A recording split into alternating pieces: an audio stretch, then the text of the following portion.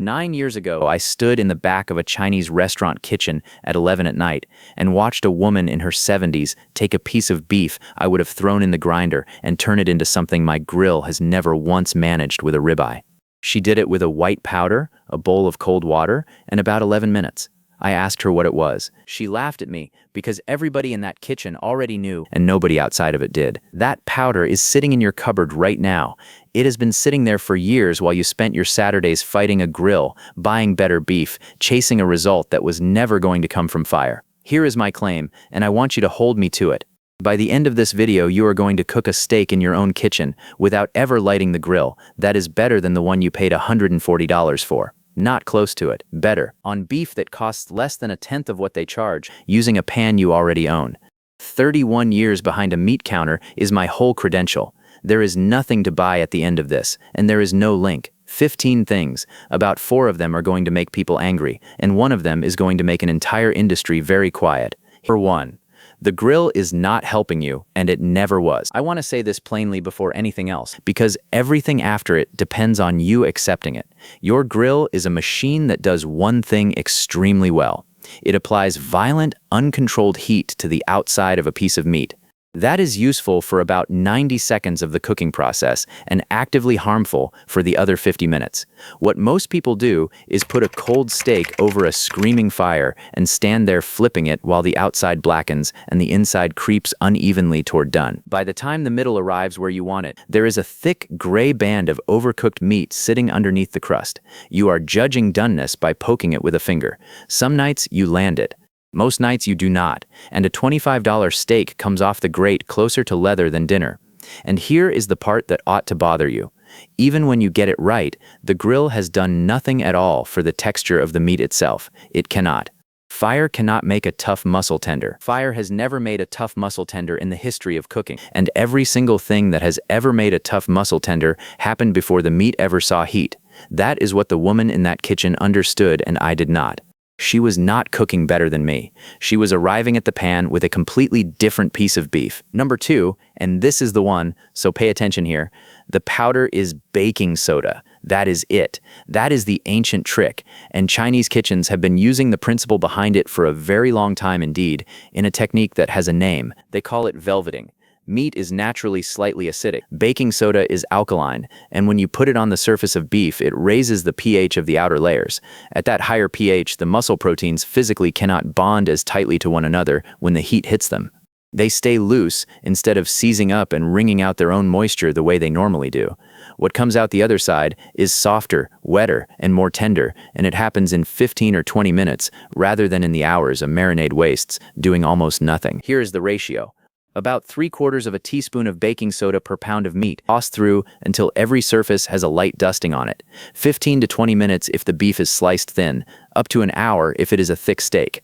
Then, and this part is not optional, rinse it thoroughly under cold running water and pat it bone dry. This is exactly why the beef in a good stir-fry from a proper kitchen is tender and silky, and the identical cut out of your own pan at home is chewy and gray. It was never the wok. It was never the fire. It was 11 minutes and a spoonful of powder. Number 3. Rinse it properly, or you will hate me. I have to spend a whole point on this because it is the single reason people try velveting once. Get a mouthful of something faintly soapy and never do it again. Baking soda that stays on the meat tastes like baking soda. That is not a mystery, and it is not a flaw in the method. It is a flaw in the rinsing. So run it under cold water and work every surface with your fingers for a good 30 seconds. Get into the folds. Get into the seams where the muscles meet. Then pat it dry with paper towel, press rather than wipe, and let it sit uncovered for a few minutes so the surface can lose the last of that water. And the second rule, which matters just as much, do not use this on an expensive tender cut. A fillet does not need help. A good ribeye does not need help.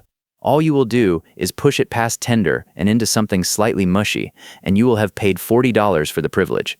This belongs on the hard-working parts of the animal. Chuck, flank, skirt, round, sirloin, the cuts I actually take home. Understand what is happening here. The tenderness that is the entire justification for the price of a steakhouse menu, the thing you are told simply has to be paid for, has just been turned into a technique that costs you about 9 cents. Number 4. The half of the trick that almost nobody outside those kitchens does. Baking soda is only the first move in the kitchen I was standing in. The beef went from the rinse straight into a bowl with a spoonful of cornstarch, an egg white, and a splash of neutral oil, and it got worked with the hands until every piece was wearing a thin, slick coat. That coating is the actual velvet. It does two things. It seals the surface so the moisture the baking soda just protected does not evaporate the instant it meets heat, and it gives you a surface that browns fast and evenly instead of patchily. On thin sliced beef, this is transformative, and I would not skip it. On a thick steak, I use a lighter version, no egg, just a whisper of cornstarch worked into the oil and rubbed on so thin you can barely see it. And I want to be honest with you, because I would rather you trusted the rest of this. On a 2-inch steak, this step is the smallest gain on the list. If you only ever do the baking soda and the rinse, you have taken 90% of what that kitchen had. But if you are cooking chuck, if you are cooking flank, if you are cooking the cheap stuff, this is where it stops tasting like cheap stuff. Number 5. Now salt it the night before, uncovered on a rack. Sequence matters here, and people get it backwards. The velveting happens first, then the rinse, then the drying, and then the salt. Coarse salt, about 3/4 teaspoon per pound, every surface covered, and the steak goes back into the refrigerator on a wire rack, uncovered, overnight. For the first 10 minutes, the salt pulls moisture up out of the meat, which looks like precisely the thing you did not want, and that is why the myth about salting at the last second refuses to die. Give it 40 minutes. That moisture dissolves the salt into a brine, and the brine gets drawn back into the meat, seasoning it from the inside instead of sitting on the outside like sand on a beach. And meanwhile, the half nobody mentions, the cold, dry air of your refrigerator is drying the surface. A wet steak cannot form a crust. It steams, and you get that blotchy exterior where part of it browned and part of it just went beige. That is water fighting your fire and winning. A restaurant cannot do this. They are turning 300 covers, and they need beef portioned and stacked in a lowboy, not spread across racks, eating a night of cooler space. Their advantage is equipment. This advantage is yours, and it cost you a rack and 8 hours of doing absolutely nothing at all. Number 6, cook it backwards, and this is where you finally stop grilling. The order everybody uses is upside down. Gentle heat first for the better part of an hour, and the violent sear comes last and lasts about 90 seconds in total.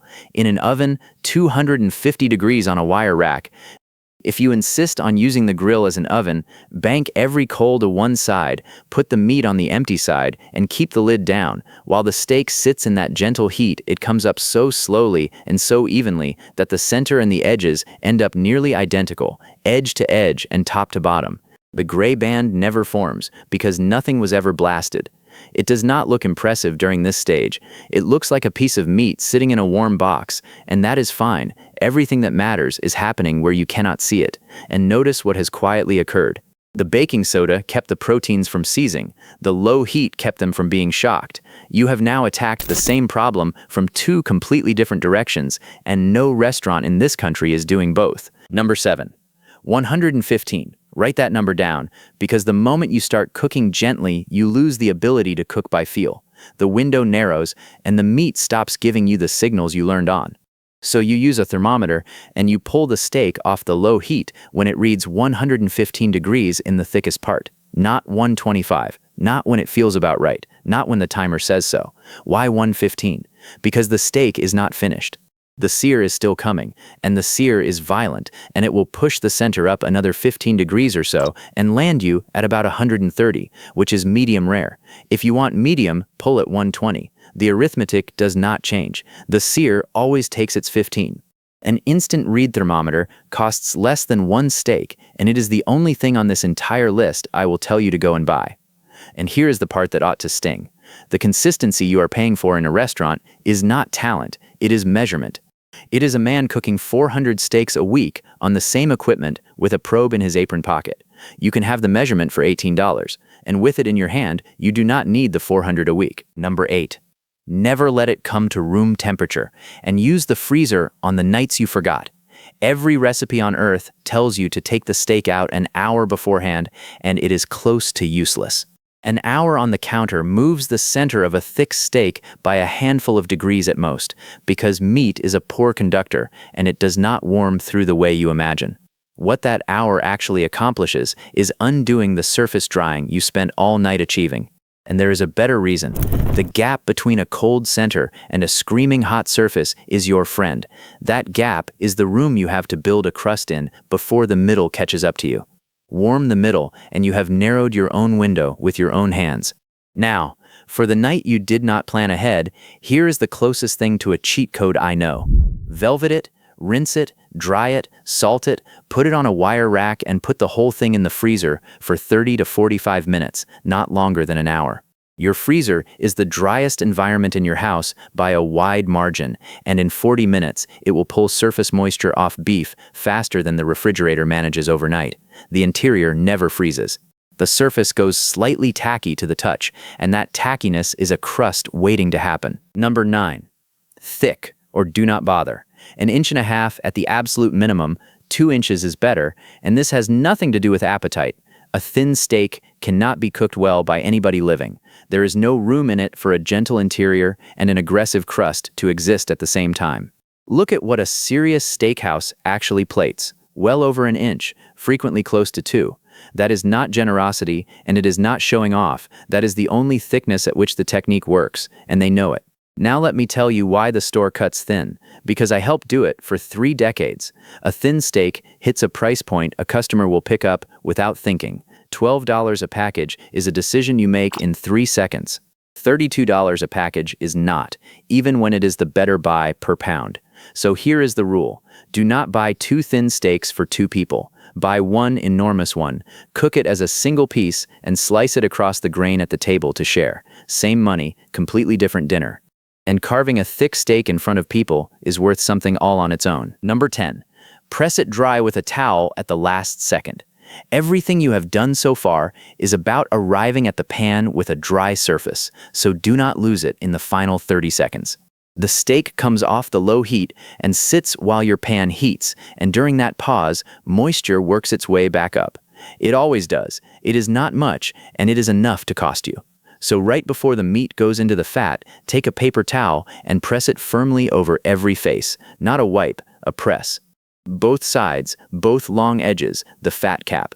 This takes 4 seconds, and it is the difference between a crust that forms in 45 seconds and one that takes 90 and never gets as dark. Every drop of water on that surface has to be boiled off before browning can begin, and boiling it off costs you the heat you wanted for browning.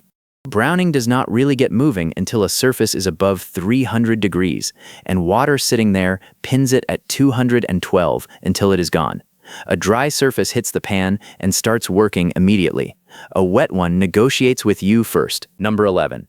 Cast iron, beef tallow you rendered yourself, and a preheat far longer than you think. Not olive oil, which burns and turns bitter long before the pan is hot enough to matter. Not butter, which does the same thing faster. Rendered beef fat, and you do not buy it. You make it out of trim you were going to throw away. Cut the hard fat, small, heavy pot, lowest heat on the stove, a splash of water in the bottom so it does not catch, 2 or 3 hours barely stirred, then strain it into a jar. It sets up white and clean and keeps for months. That jar cost you nothing, and people sell it in little tubs at a price I am not going to say out loud, and use cast iron, not stainless and certainly not non-stick, which will not survive the temperature anyway. The reason is not that cast iron gets hotter, it is that cast iron does not care that you put a cold steak in it. A thin pan gives up its heat the instant meat lands, the surface temperature collapses, and now you are steaming rather than searing. So the preheat is the whole thing, and almost everybody rushes it. 6 to 8 minutes on high, not 2. The pan looks hot after 2 minutes, and it is not, because the metal has not equalized. You will know it is ready when the tallow shimmers and barely begins to smoke. And I will be honest about their equipment, because I would rather you heard it from me.